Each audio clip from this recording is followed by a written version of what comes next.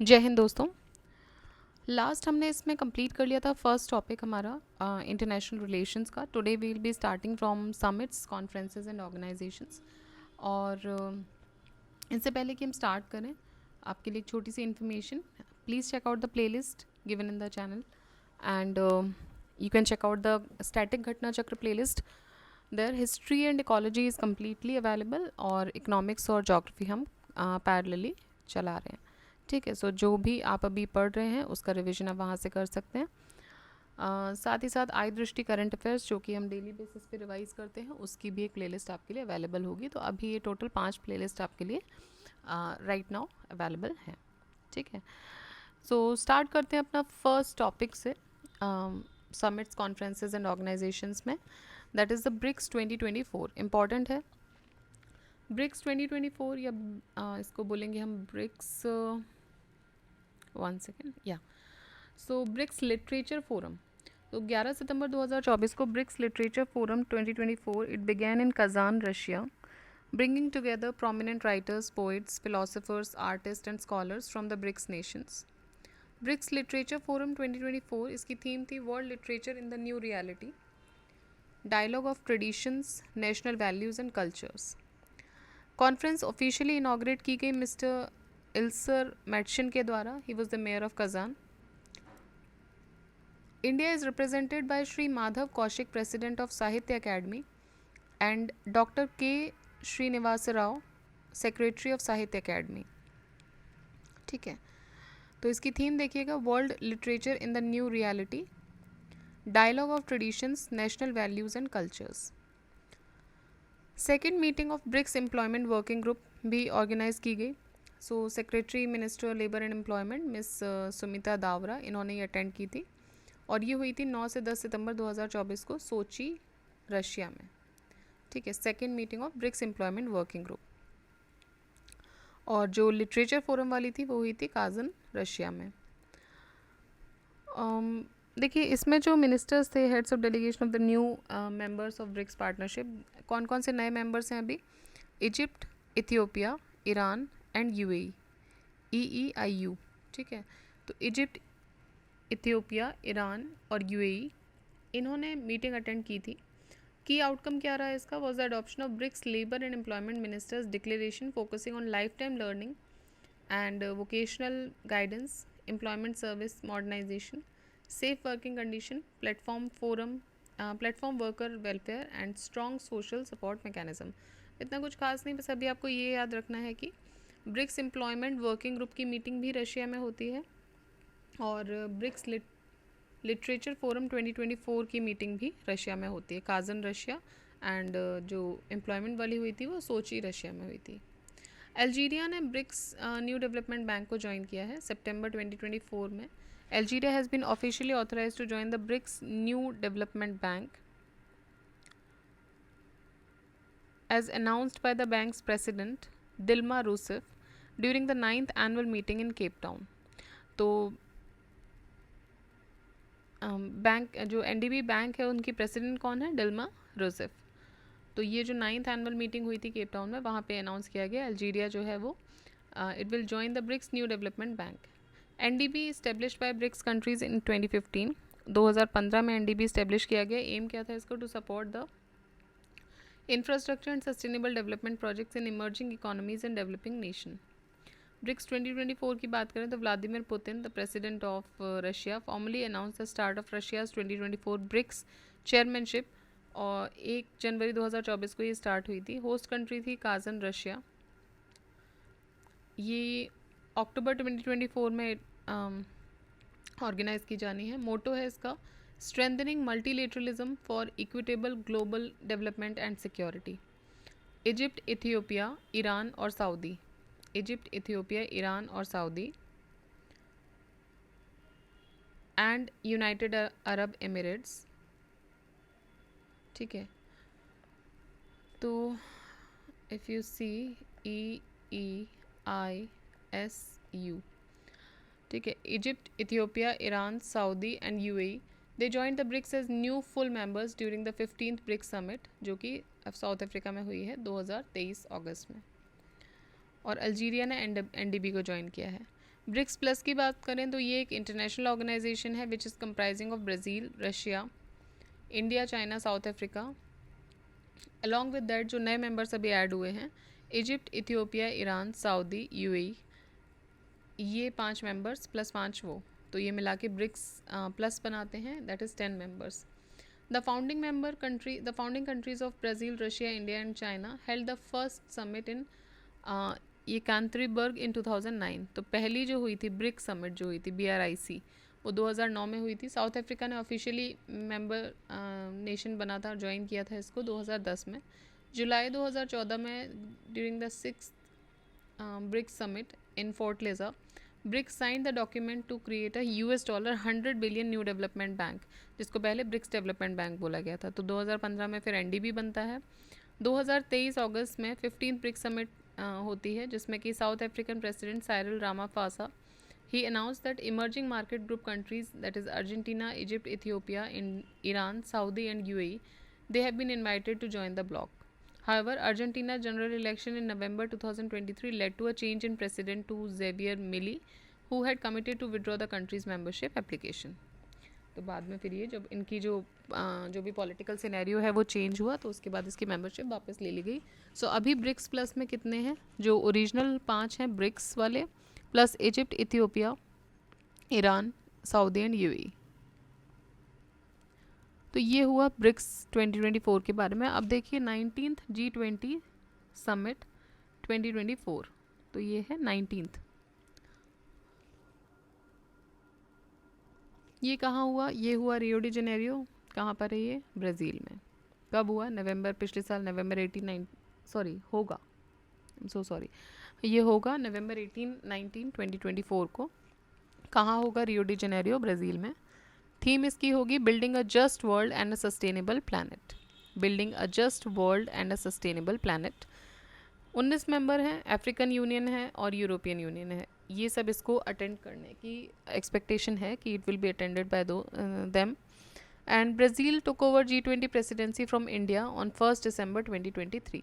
तो 1 दिसंबर 2023 से ब्राज़ील ने जो इसकी अध्यक्षता थी वो अपने पास ले ली, प्रेसिडेंटशिप जो थी वो अपने पास ले ली। And South Africa G20 host करेगा 2025 में। सो इस साल कौन कर रहा है? इस साल कर रहा है ब्राज़ील, नेक्स्ट ईयर करेगा साउथ अफ्रीका। ठीक है, देखिए I3 तो हो गया था आपका 2021, 22 और 23। तो 23 में इंडिया ने किया, 24 में ब्राज़ील और 25 में साउथ अफ्रीका। ठीक है, सो 23, 24, 25। सो 18th G20 समिट 2023 ये हुई न्यू दिल्ली में recently under the presidentship of India. अब इसके बारे में तो ये भी होगी, यहाँ पे जो भी आउटकम्स आएंगे वो बाद में पढ़ेंगे। एंड अच्छा हाँ, 26 में होगी USA में, ये भी याद रखना। तो दोबारा से इसको रिवाइज करेंगे। हालांकि देखिए 18th जो हुई थी, 18th समिट जो हुई थी वो हुई थी बेसिकली इंडिया में 2023 में। सो न्यू दिल्ली में हुई थी, held in New Delhi. Venue क्या था? भारत मंडपम, न्यू दिल्ली। एंड ये स्पेसिफिकली इसके लिए बनाया गया था। थीम इसकी थी वसुधैव कुटुंबकम, या फिर one earth, one family, one future. ठीक है, इम्पॉर्टेंट है, याद रखिएगा। ये चीज़ें आ चुकी हैं, अब जब से एग्ज़ाम नहीं हुआ है लास्ट टाइम से, तो आ सकते हैं, चांसेस हैं इसके, because this was a big event which happened in India. G20 comprises of 19 countries. ठीक है, तो 19 कंट्रीज़ हैं इसमें, प्लस यूरोपियन यूनियन भी है साथ में। की पॉइंट्स और but now with the initiation of African union, तो इसमें जो मेंबर्स हो गए वो 21 हो गए हैं। ठीक है, तो अब अफ्रीकन यूनियन के आने के बाद 21 हो गए हैं। 19 तो मेंबर्स हो गए, उसके बाद यूरोपियन यूनियन है और उसके बाद अफ्रीकन यूनियन है। ठीक, तो इनको हम एक अगर मानते हैं तो 19, 20, 21 हो गए। सो की पॉइंट देखिए, India's G20 presidency is based on the central theme of वसुधैव कुटुंबकम और one earth one family one future. Theme is taken from the ancient Sanskrit text of महा उपनिषद. एंड लोगो जो G20 का था, it is chaired by India, is inspired by the vibrant colours of India's national flag, saffron white and green and blue. Saffron white, green and blue. The logo depicts the earth with the lotus. तो लोगो में क्या दिख रहा है आपको? अर्थ को depict किया जा रहा है with lotus, the national flower of India, and it represent the growth एमिड the challenges, कि भाई चैलेंजेस के होते हुए भी इंडिया जो है वो ग्रो कर रहा है. 7 पेटल्स हैं इसमें लोटस में. It represents the 7 continents and 7 universal musical notes. तो ये जो 7 पेटल्स जो इसमें दिख रही हैं वो क्या रिप्रेजेंट कर रहे हैं? 7 continents as well as the 7 musical notes. 7 musical notes मतलब सारे गामा पा वाला. India is written in Devanagari script. इसमें इंडिया देवनागरी स्क्रिप्ट में लिखा हुआ है बिलो द G20 लोगो. ठीक है, तो ये सब चीज़ें हुई थी. अब मेजर आउटकम्स क्या रहे इसके? New Delhi declaration, India was able to achieve it an unanimous G20 leadership. New Delhi declaration, it achieved unanimous consensus addressing diverse global issues from Russia Ukraine tensions to sustainable development, food security and launching the global biofuel alliance. तो भाई Russia Ukraine की जो tensions बढ़ रही थी उसकी वजह से भी कुछ जो फूड इनसिक्योरिटी जैसी कंडीशंस आ रही थी वो भी पूरा करना, फूड सिक्योरिटी प्रोवाइड करना और ग्लोबल बायोफ्यूल अलायंस लॉन्च करना, ये भी इसका एक मेन एम था. Admittance of the African Union to the G20. So this move aims to enhance the representation of developing countries within the forum.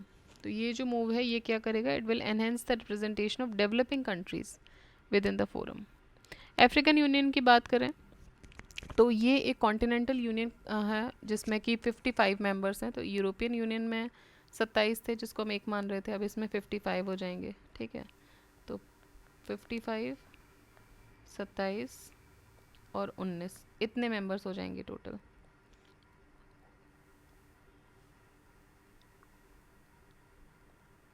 सही है ना? 101. मेरा थोड़ा मैथ्स कमज़ोर है, देख लीजिएगा.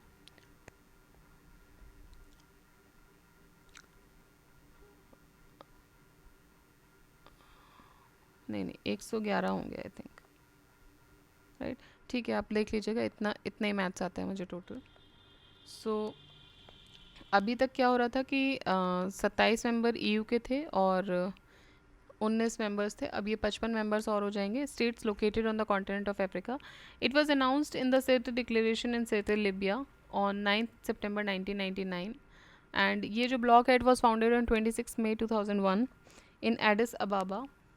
अनाउंस हुआ था सिर्ते डिक्लेरेशन में 99 में, और इसको ये मतलब basically this bloc was founded on 26 May 2001 in Addis Ababa, Ethiopia, and it was launched on 9 July 2002 in Durban, South Africa. Global biofuel alliance की बात करें तो ये एक इनिशिएटिव है जो कि इंडिया ने शुरू किया है, aiming to create an alliance among governments, international organisations and industry stakeholders to promote the adoption of biofuels, जिससे कि बायोफ्यूल्स को अडॉप्ट किया जा सके. GBA लॉन्च हुआ था with 9 founding members including India, US, Brazil, Argentina, Bangladesh, Italy, Mauritius, South Africa and UAE.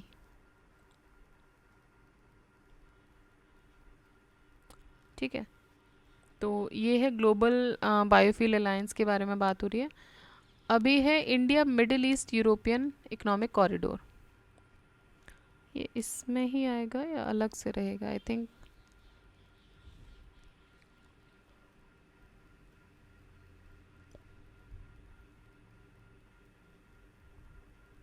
देखते हैं.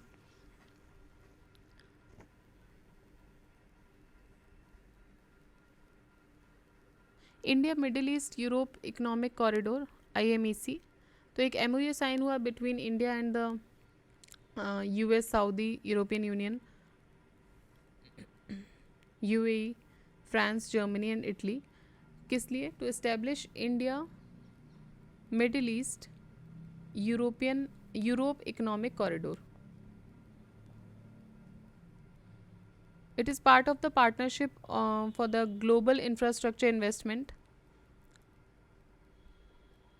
ठीक है, तो G7 समिट पे ही डिस्कस हुआ था।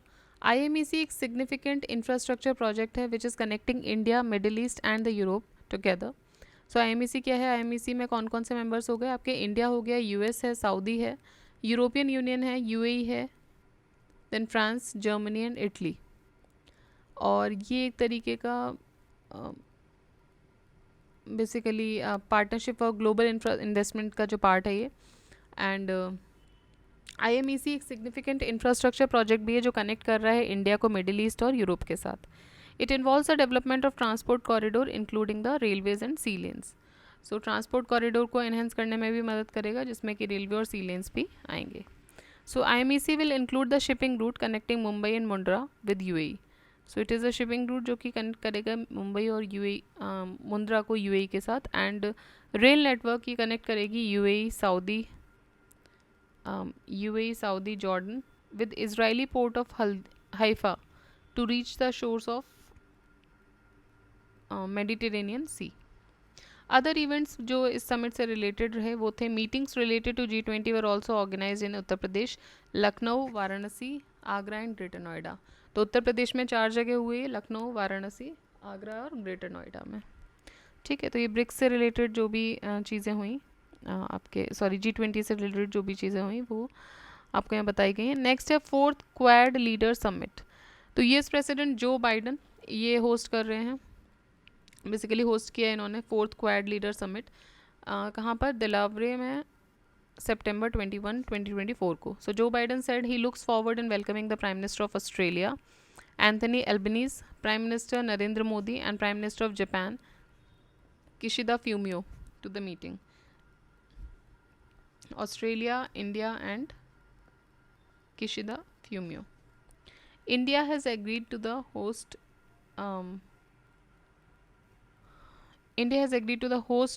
to host the next Quad Summit in 2025. अब ये भी इम्पॉर्टेंट हो जाता है। देखिए, इंडिया जो है वो नेक्स्ट जो क्वाड समिट होगा 2025 का उसको होस्ट करेगा। ब्रिक्स का G20 का लास्ट ईयर इन्होंने होस्ट किया ही था, और नेक्स्ट जो क्वाड का समिट होगा वो इंडिया होस्ट करेगा 2025 का। ना अब इसमें क्या है? US passes the Quad bill. US house ने क्वाड बिल पास किया है। Let's see what is it. In February 2024 US house of representative उन्होंने एक बिल पास किया जिसका एम क्या था? To increase the cooperation between 4 countries, USA, Australia, India and Japan. और ये जो बिल है ये it mandates the establishment of a Quad intra parliamentary working group to bolster joint efforts in various domains. ठीक है, तो इंट्रा पार्लियामेंट्री वर्किंग ग्रुप में एक तरीके का ज़्यादा से ज़्यादा एफर्ट्स ये किए जाएँ, मिलकर काम करें। तो within 60 days of enactment negotiations with Japan, Australia and India ये शुरू होंगी। To form the working group are mandated. A US group of 24 members of Congress will represent the nation in the working group. ठीक है, तो 60 दिन के अंदर अंदर इन लोगों के काम शुरू होंगे पूरी तरह, और जो भी कोऑर्डिनेशन रहेगा वो होगा। क्वाड्रिलेटरल सिक्योरिटी डायलॉग, ये कॉमनली इसको क्वाड बोलते हैं। ये एक स्ट्रेटेजिक सिक्योरिटी डायलॉग है किसके बीच में? Australia, India, Japan, USA। Dialogue initiate हुआ था 2007 में Japanese prime minister Shinzo Abe के द्वारा, और with the support of Australian prime minister John Howard, Indian prime minister Manmohan Singh and US vice president Dicky Cheney. तो ये 2007 में शुरू हुआ था। Basically Japanese prime minister Shinzo Abe ने इनिशिएट किया था। सपोर्ट था इसमें Australian prime minister John Howard का, Indian prime minister Manmohan Singh का भी सपोर्ट था, और साथ ही साथ US vice president Dick Cheney. Dialogue was paralleled by joint military exercises of unprecedented scale titled exercise Malabar. Quad की बात करें तो ये क्वाड्रिलेटरल ग्रुपिंग है। इसमें 4 इंडो पैसिफिक नेशंस हैं, USA, Australia, Philippines and Japan. This is squad, ये अलग है। इसमें कौन है? USA है, ऑस्ट्रेलिया है, बाकी 2 नेशंस अलग हैं क्वाड से। फिलीपींस, इंडिया की जगह फिलीपींस है। ठीक है,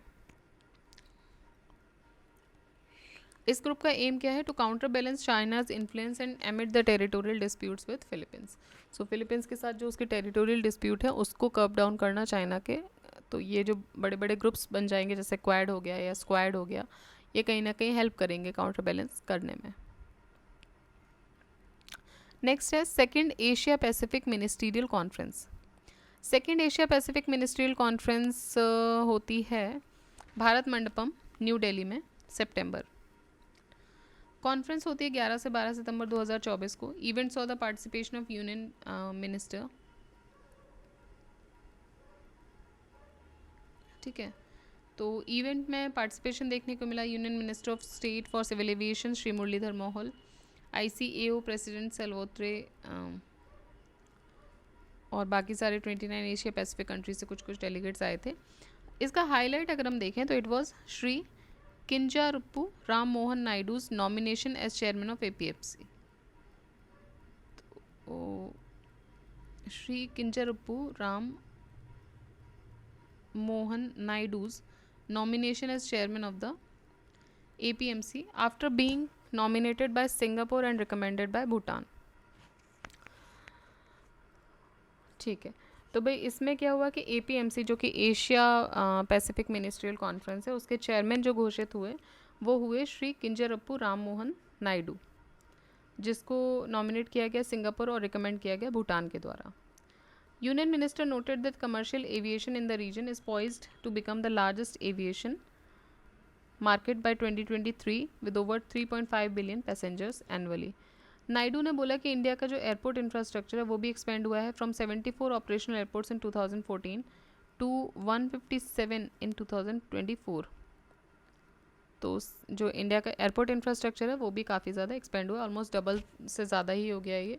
तो 74 से 157 हो गया है in the 10 years। The minister highlighted the introduction of new maintenance, repair and overhaul MRO guidelines and permitting of 100% FDI through automatic route। So minister ने यहाँ पे एक मतलब MRO का भी इंट्रोड्यूस किया, that is the maintenance repair and overhaul guidelines, और इसमें 100% FDI परमिट किया through automatic route. And minister emphasized the India's leadership in promoting gender equality in aviation, with women constituting 15% of country's pilots, 3 times the global average। तो भाई India में जो women हैं जो 15% हैं ऑफ द कंट्रीज पायलट्स, जो कि global average का से ज़्यादा है। India's target is to increase women's participation in the aviation workforce to 25। तो अगले साल 2025 तक इस एविएशन वर्कफोर्स में इंडिया का जो महिलाओं का जो वर्कफोर्स है वो बढ़ा के 25% करने की इनका टारगेट है। नेक्स्ट इज, तो ये आपको क्लियर हुआ क्वाड लीडर समिट और उसके बाद एशिया पैसिफिक मिनिस्ट्रियल कॉन्फ्रेंस, ठीक है। Next, second India Singapore ministerial round table. So अगस्त 26, 2024 को second India Singapore ministerial round table ये हुआ सिंगापुर में, और they discuss the ways of further enhancing the cooperation between India and Singapore in emerging and futuristic areas. की highlights इसके देखते हैं।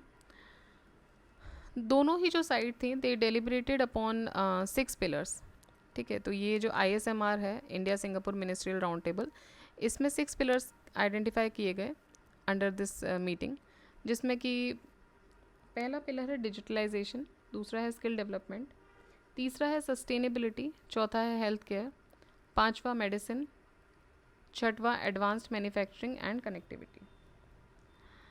Finance minister Nirmala Sitharaman, external affairs minister doctor S Jaishankar, railways information and broadcasting, electronics and transformation technology minister Ashwini Vaishnaw, and commerce and industry minister Piyush Goyal, ये सब लोगों ने meeting attend की थी। तो बेसिकली आपको ये ध्यान रखना है कि जो ISMR है वो क्या है, 6 पिलर्स पे इन्होंने बात की है, digitalisation, skill development, sustainability, health care and medicine, और छठवां है एडवांस्ड मैन्युफैक्चरिंग एंड कनेक्टिविटी। ये जो डेलीगेशन है सिंगापुर से, ये it was led by deputy prime minister of Singapore Gan Kim Yong. Leaders also discuss the plan for commemorating the 60th anniversary. तो 60वीं एनिवर्सरी कमेमोरेट करने की बात भी हुई है of the diplomatic relations between India and Singapore, along side regional and global cooperation, जिसमें कि ये इंक्लूड करेंगे ASEAN और G20 डेवलपमेंट्स को भी। Indian ministers called on the president of Singapore Tharman Shanmugaratnam sorry. And prime minister of Singapore Lawrence Wong in Singapore. So देखिए Lawrence India में भी बहुत फेमस हो रहे हैं. एंड वहाँ के प्राइम मिनिस्टर का नाम भी लॉरेंस है, तो शायद आपको याद रह जाए, सिंगापुर के लॉरेंस वोंग. और वहाँ के जो प्रेसिडेंट हैं उनका नाम है थर्मन शनमुगरत्नम. ठीक है.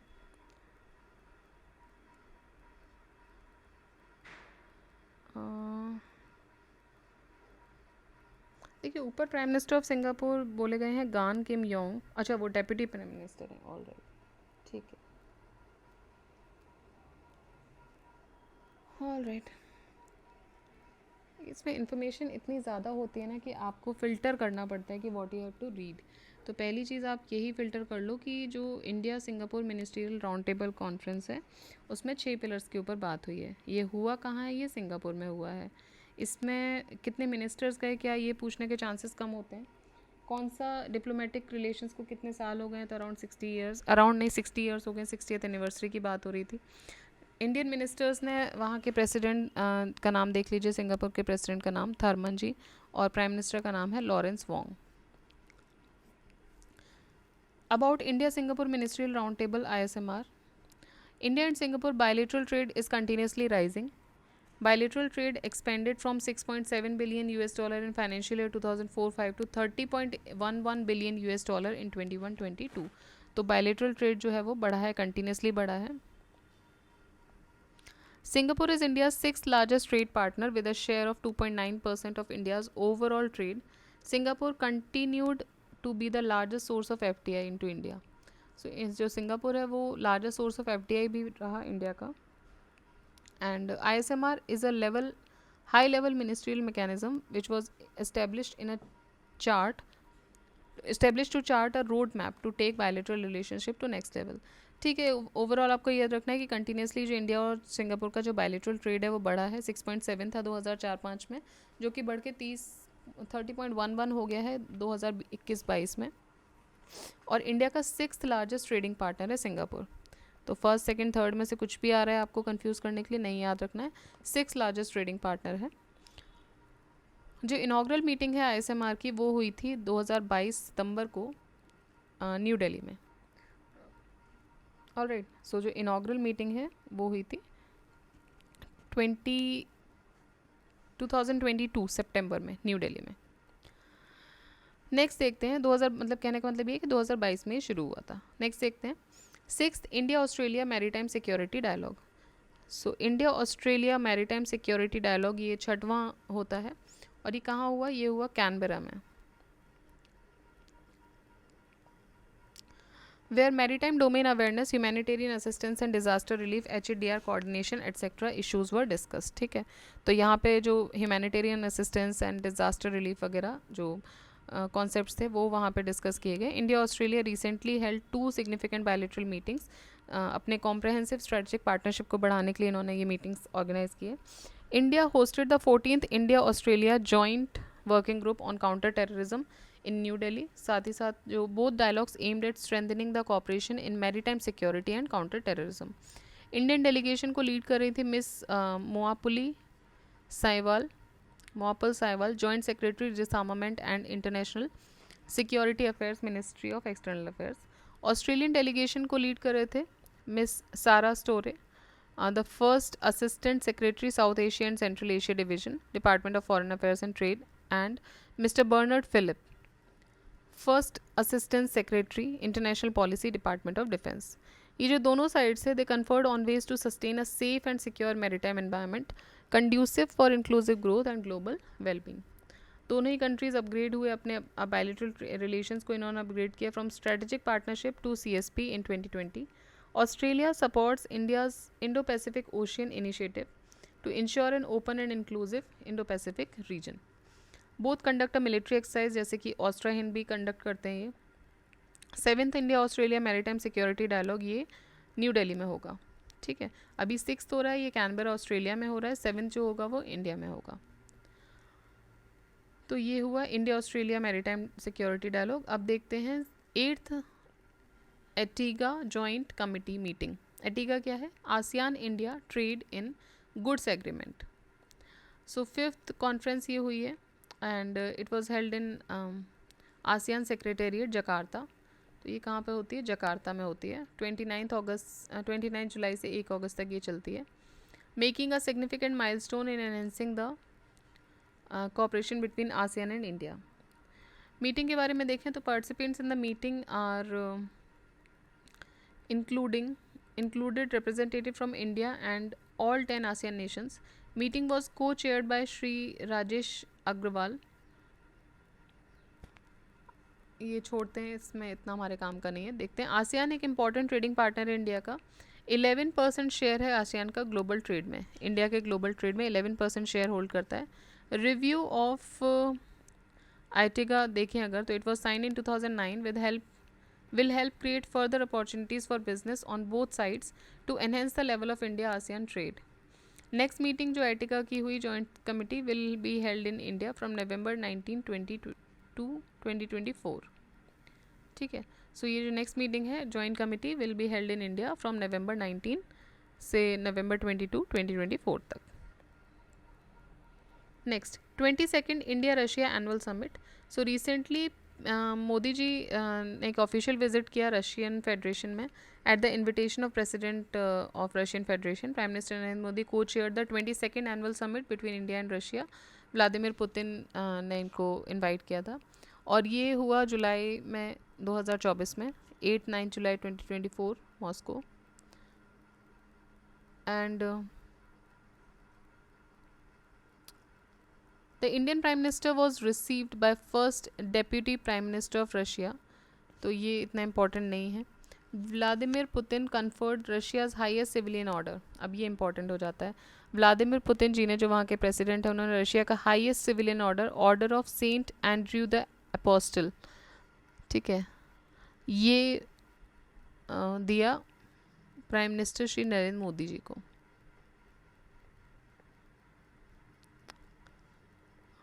ऑल राइट, सो जो order of Saint Andrew and Apostle, जो कि रशिया का हाईएस्ट सिविलियन अवार्ड है, ये दिया गया मोदी जी को।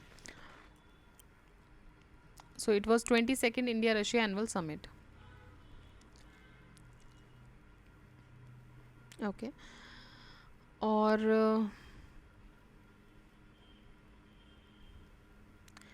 देखिए, ये पूरा अगर हम करेंगे तो बहुत बड़ा हो जाएगा ये वीडियो हमारा, और यहाँ पर अगर मैं छोड़ती हूँ तो आई थिंक नेक्स्ट वीडियो से हम कंटिन्यू कर सकते हैं। So I will read this last article, 46th world heritage committee meeting, and then in the next chapter में हम उसको दूसरा मतलब basically second half of this chapter हम देखेंगे। So 46th world heritage committee meeting India ने host किया इसको, एंड पहली बार इंडिया ने इसको होस्ट किया वर्ल्ड हेरिटेज कमेटी मीटिंग को। 46th session of world heritage committee meeting कहाँ पर? न्यू दिल्ली में। इंपॉर्टेंट हो जाती है, पहली बार कर रहे हैं तो। जुलाई 21 से 31 तक हुई। अबाउट द मीटिंग की बात करें तो session of 46th world heritage committee, it was inaugurated by prime minister of India Shri Narendra Modi on July 21, 2024। ठीक है, तो ये इनाग्रेट किया गया 21 जुलाई 2024 को, और ये पहली बार इंडिया होस्ट कर रहा है। 46 सेशन जो है इसका witness the inscription of 24 new world heritage sites including 19 cultural, 4 natural and 1 mix property. So जो 46 सेशन था वर्ल्ड हेरिटेज काउंसिल का, उसने विटनेस किया the inscription of 24 new witness sites. ठीक है, दिस वर्ल्ड हेरिटेज साइट्स, इसमें कि 19 कल्चरल हैं, 4 नेचुरल हैं और 1 मिक्सड है। Moidam from Assam becomes India's 43rd world heritage site. तो आसाम के मोइदम्स जो हैं वो 43rd वर्ल्ड हेरिटेज साइट बने, जो कि अनाउंस हुआ जब 26 जुलाई 2024 को। तो इंडिविजुअली भी इंपॉर्टेंट है। A significant achievement at it is the first cultural site from Assam to receive this recognition. And Moidams क्या होते हैं? ये सेक्रेड बरियल माउंट्स होते हैं, आसाम डिनेस्टी के बरियल माउंट थे। This is the world's 3rd heritage property from Assam.